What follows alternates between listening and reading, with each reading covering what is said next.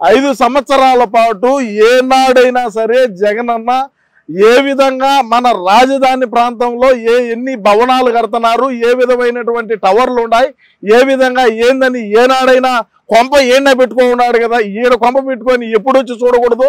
చూడండి మీరు ఒకసారి, ఇటు చూపియ్యా, ఇటు చూడండి ఏ విధంగా ఈ పనులు జరుగుతున్నాయో. రాత్రింబవల్లో పనులు జరిగేటువంటి పరిస్థితి మీరు చూడండి ఒకసారి.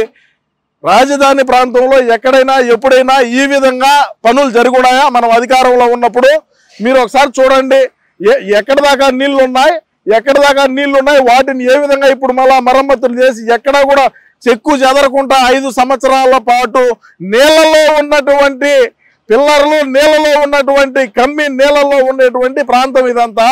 ఈరోజు ఏ విధంగా పనులు మరమ్మతులు చేస్తున్నారో చూడండి.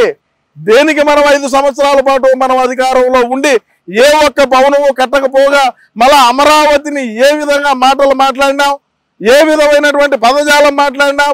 అమరావతి దేనికి, రాజధాని కూడి పెడతాదా అన్నటువంటి